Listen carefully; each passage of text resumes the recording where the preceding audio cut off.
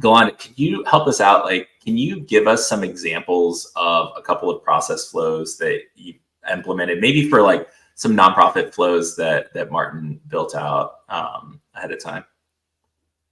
Sure. I'd actually like to share one that I did recently where the business process flow was done prior to us coming in with a organization that does humanitarian aid. So part of their process was to evaluate folks who wanted to give donations and then evaluate that across it's a global organization. So because I had their process maps, I was able to build some workflows based on the process maps and actually I think save some time for them in meeting times because I can get a lot of information from the business process maps and then was able to just ask very specific pointed questions in the implementation of their process of evaluating possible donations and then processing those donations to delivery. So that's one that I did really recently that was extremely helpful.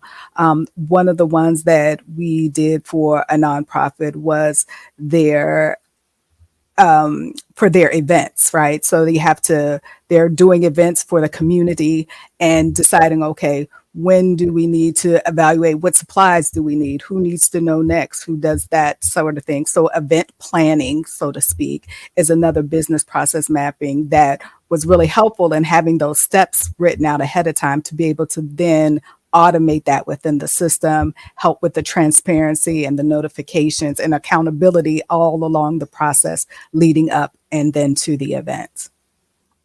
Awesome.